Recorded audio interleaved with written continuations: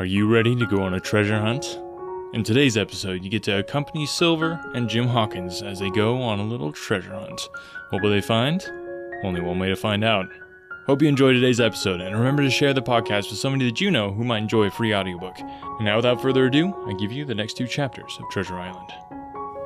31. The Treasure Hunt. Flint's Pointer.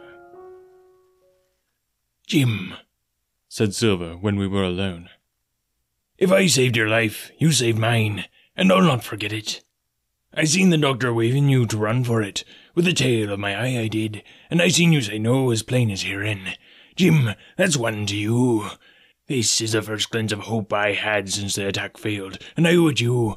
And now, Jim, we're to go in for this here treasure hunting, with sealed orders too, and I don't like it. And you and me must stick close, back to back like, and we'll save our necks in spite of fate and fortune."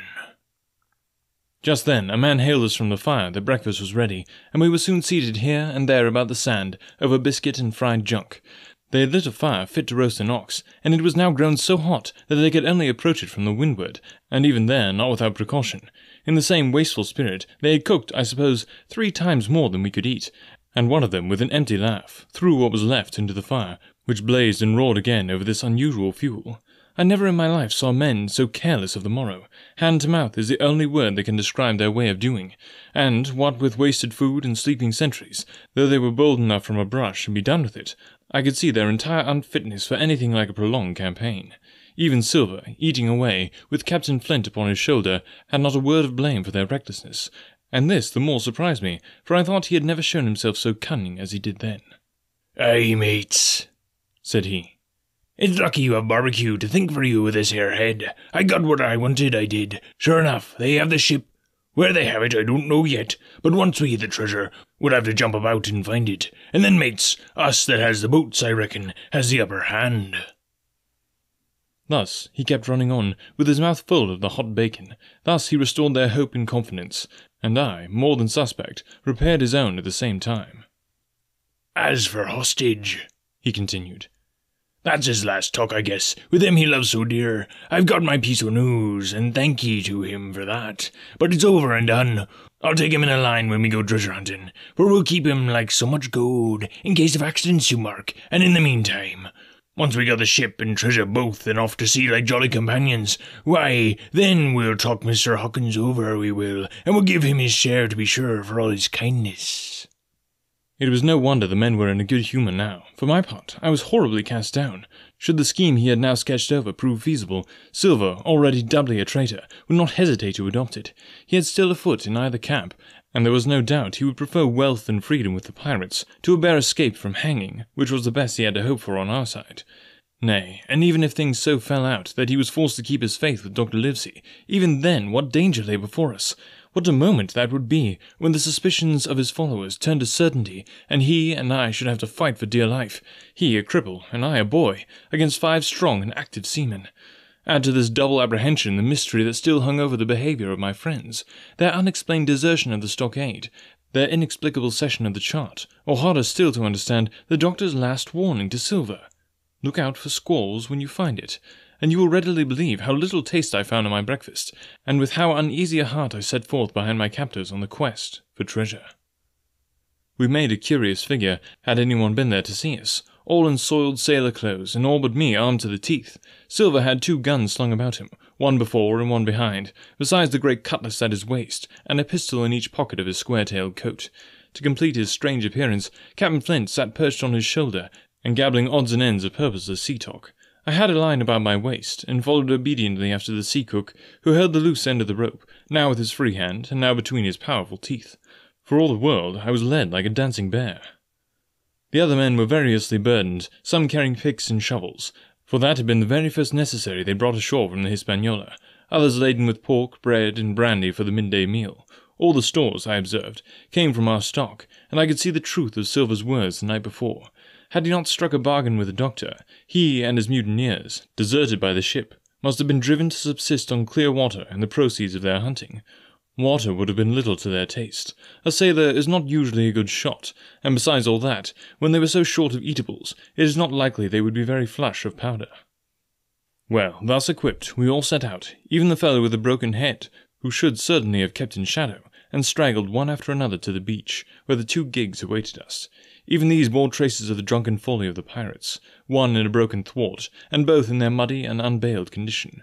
Both were to be carried along with us for the sake of safety, and so, with our numbers divided between them, we set forth upon the bosom of the anchorage. As we pulled over, there was some discussion on the chart. The Red Cross was, of course, far too large to be a guide, and the terms of the note on the back, as you will hear, admitted of some ambiguity.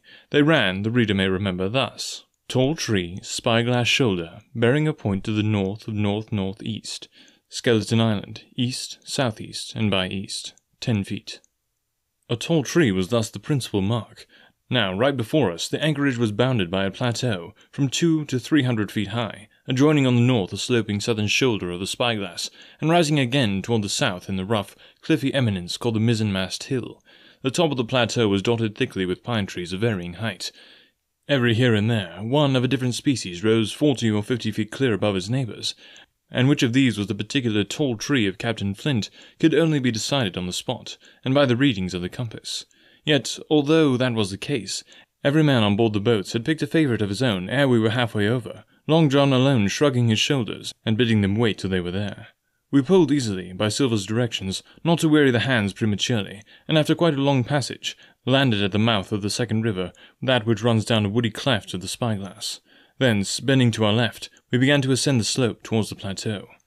At the first outset, heavy miry ground and a matted marish vegetation greatly delayed our progress, but by little and little the hill began to steepen and become stony underfoot, and the wood to change its character and to grow in a more open order.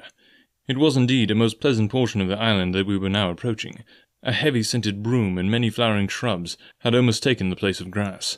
Thickets of green nutmeg trees were dotted here and there with the red columns and the broad shadow of the pines, and the first mingled their spice with the aroma of the others. The air besides was fresh and stirring, and this, under the sheer sunbeams, was a wonderful refreshment to our senses. The party spread itself abroad in a fan shape, shouting and leaping to and fro. About the centre, and a good way behind the rest, Silver and I followed, I tethered by my rope, he ploughing with deep pants among the sliding gravel. From time to time, indeed, I had to lend him a hand, or he would have missed his footing and fallen backward down the hill. We had thus proceeded for about half a mile, and were approaching the brow of the plateau, when the man upon the farthest left began to cry aloud, as if in terror. Shout after shout came from him, and the others began to run in his direction. "He can't have found the treasure," said old Morgan, hurrying past us from the right. "For that's clean a top." Indeed, as we found when we had reached the spot, it was something very different. At the foot of a pretty big pine, and involved in a green creeper, which had partly lifted some of the smaller bones, a human skeleton lay, with a few shreds of clothing on the ground. I believe a chill struck for a moment to every heart. "He was a seaman," said George Merry, who, bolder than the rest, had gone up close, and was examining the rags of clothing. "Leastwise, it's good sea cloth." "Aye, aye," said Silver. "Like enough. You wouldn't look to find a bishop here, I reckon. But what sort of a way is that for bones to lie? 'Tain't in nature." Indeed, on a second glance, it seemed impossible to fancy that the body was in a natural position.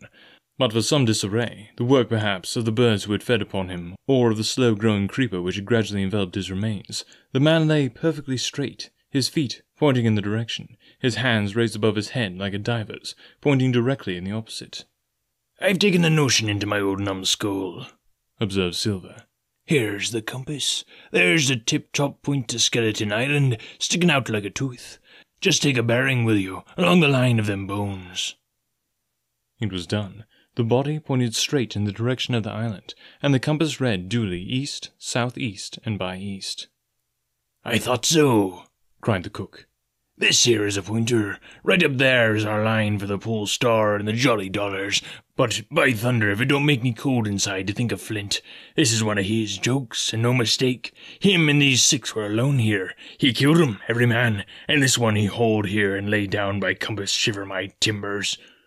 They're long bones, and the hair's been yellow. Aye, that would be Allardyce. You mind Allardyce, Tom Morgan?" Aye, returned Morgan. "I mind him. He owed me money, he did, and took my knife ashore with him." "Speaking of knives," said another, "why don't we finish his line round? Flint warned the man to pick a seaman's pocket, and the birds, I guess, would leave it be." "By the powers, and that's true," cried Silver. "There ain't a thing left here," said Mary, still feeling round among the bones. "Not a copper doit nor a baccy box. That don't look natural to me." "No, by gum it don't," agreed Silver. "Not natural, nor not nice, says you. Great guns, messmates, but if Flint was living, this would be a spot for you and me. 6 they were, and 6 are we, and bones is what they are now." "I saw him dead with these here deadlights," said Morgan. "Billy took me in. There he laid, with penny pieces on his eyes." "Dead, aye. Sure enough he's dead and gone below," said the fellow with the bandage. "But if ever spirit walked, it would be Flint's. Dear heart, but he died bad, did Flint." "Aye, that he did," observed another. "Now he raged, and now he hollered for the rum, and now he sang. 15 men were his only songmates, and I'll tell you true, I never rightly liked to hear it since. It was main hot, and the windy was open, and I hear that old song coming out as clear, and the death hole in the man already." Come, said Silver. "Stow this talk. He's dead, and he don't walk, that I know. Leastways he won't walk by day, and you may lay to that. Care killed a cat. Fetch a head for the doubloons." We started, certainly, but in spite of the hot sun and the staring daylight, the pirates no longer ran separate and shouting through the wood, but kept side by side and spoke with bated breath. The terror of the dead buccaneer had fallen on their spirits.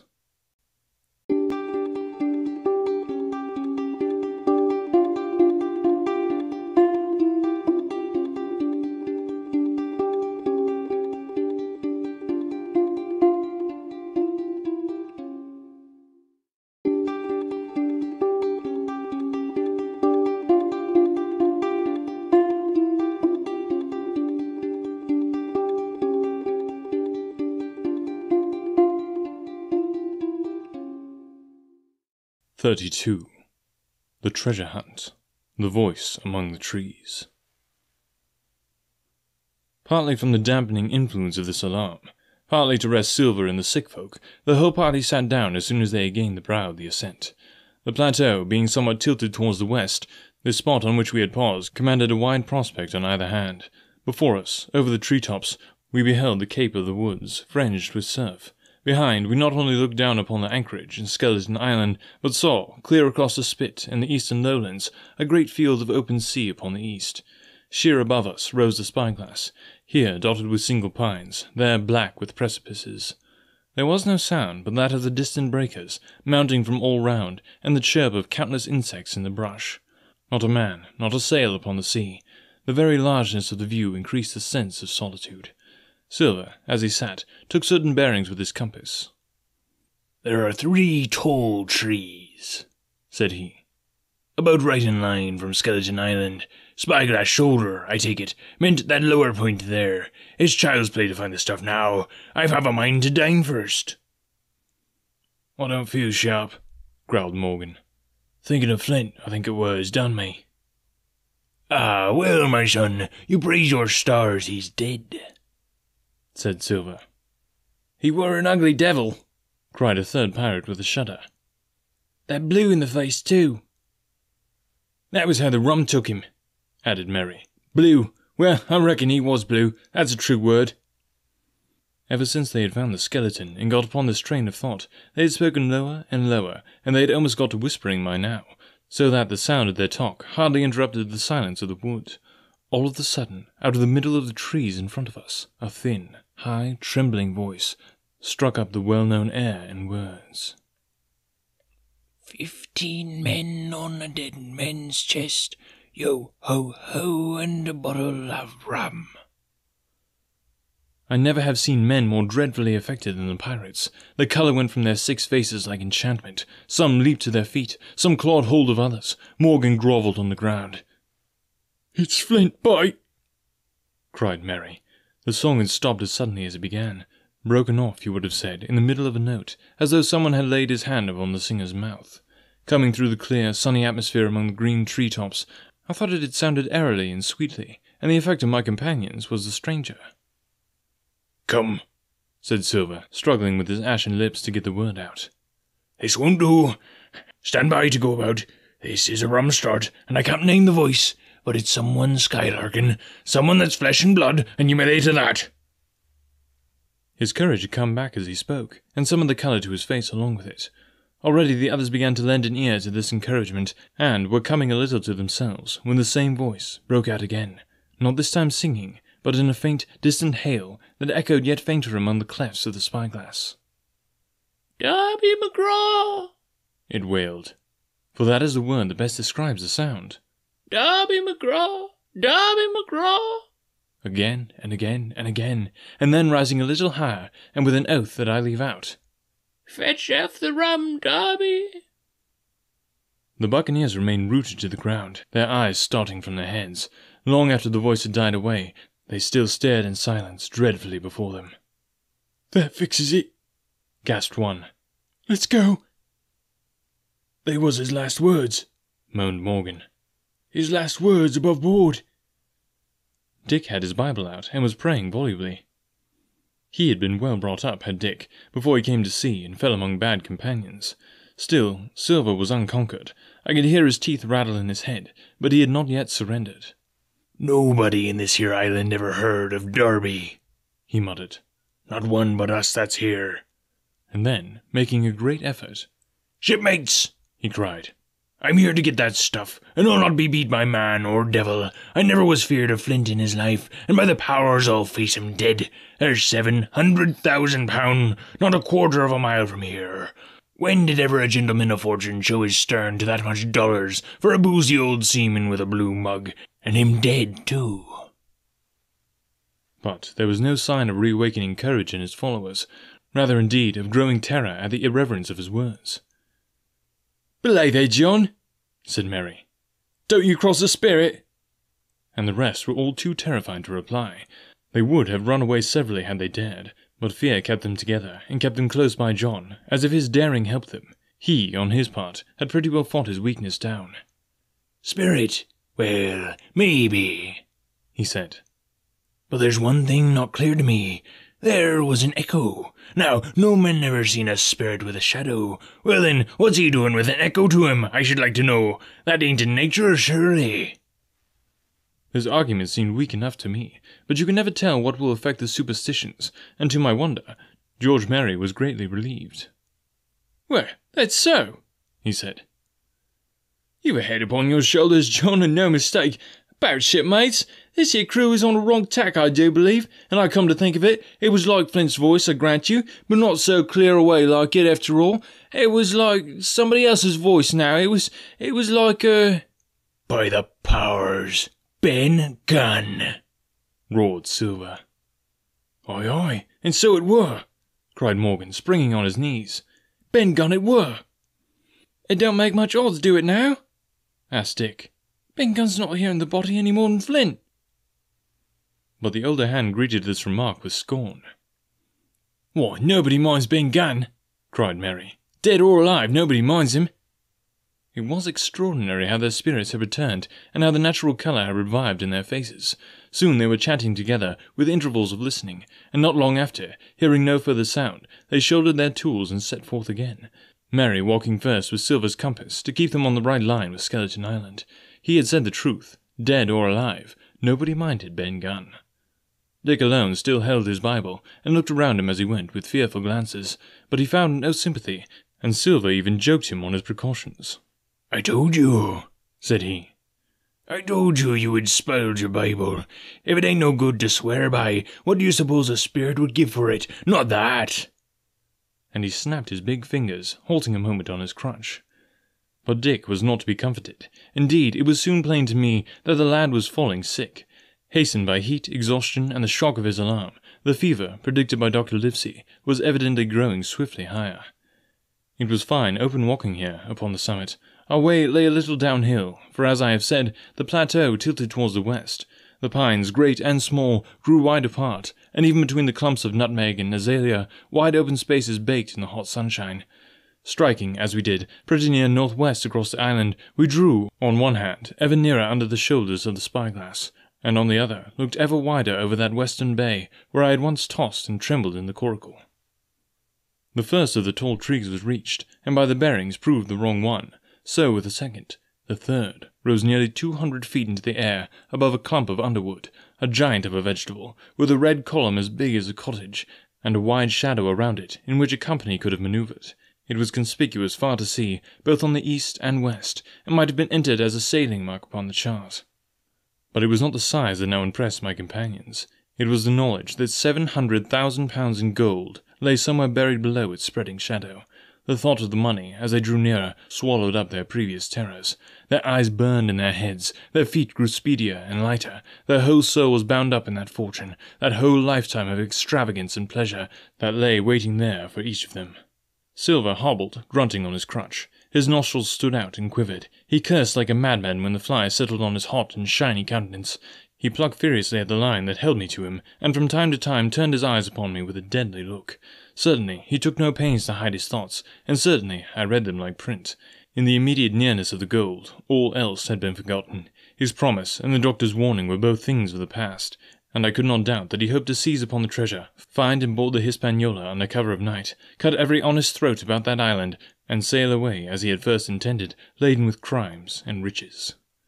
Shaken as I was with these alarms, it was hard for me to keep up with the rapid pace of the treasure hunters. Now and again I stumbled, and it was then that Silver plucked so roughly at the rope, and launched at me his murderous glances.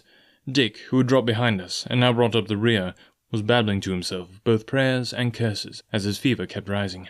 This also added to my wretchedness, and to crown all, I was haunted by the thought of the tragedy that had once been acted on that plateau, when that ungodly buccaneer with the blue face, who had died at Savannah, singing and shouting for drink, had there, with his own hand, cut down his 6 accomplices. This grove that was now so peaceful must have then rung with cries, I thought, and even with the thought, I could believe I heard it ringing still. We were now at the margin of the thicket. "Huzzah, mates, all together!" shouted Mary, and the foremost broke into a run. And suddenly, not 10 yards further, we beheld them stop. A low cry arose. Silver doubled his pace, digging away with the foot of his crutch like one possessed, and next moment he and I had also come to a dead halt. Before us was a great excavation, not very recent, for the sides had fallen in, and grass had sprouted on the bottom. In this were the shafts of a pick broken in two, and the boards of several packing cases strewn around. On one of these boards I saw, branded with a hot iron, the name Walrus, the name of Flint's ship. All was clear to probation. The cachet had been found and rifled. The 700,000 pounds were gone. Alright, we're wrapping it up on a cliffhanger. Once again, remember guys, if you want the full free audiobook right now and you don't want to wait for the rest of the chapters to drop, go ahead and go to anotherworldaudiobooks.wordpress.com/free, or just go to the blog and you can click on I want my free audiobook right there at the top, and I will send you the complete unabridged recording of Another World Audiobooks production of Treasure Island, or whichever other book we've done so far that you'd like the full free copy. Happy to do it, just let me know, and yeah, that's the best way to do it. Thanks so much for listening today. We'll catch you next time.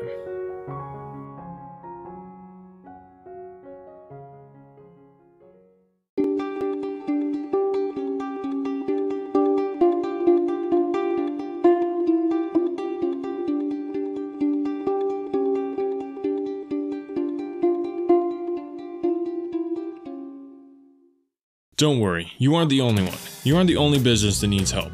You aren't the only person that has a hard time finding the right help at the right price. This is where Business Bloodline becomes your bloodline to temporary and permanent staffing. Business Bloodline specializes in hiring internet workers to creatively solve problems for your business. Business Bloodline does all the vetting and only delivers candidates that make sense for your needs and at a cost that you can afford. But 60 seconds isn't enough for me to tell you why hiring through Business Bloodline is safer, cheaper, and less time-consuming. We would rather show you. To get more information or a business consultation, visit businessbloodline.com. If the job can be done on a computer, Business Bloodline can find a match. Visit businessbloodline.com and tell them that you heard about it on Another World Audiobooks to get 10% off your first hire. Remember to mention that you heard about it on Another World Audiobooks to get that 10% off. businessbloodline.com.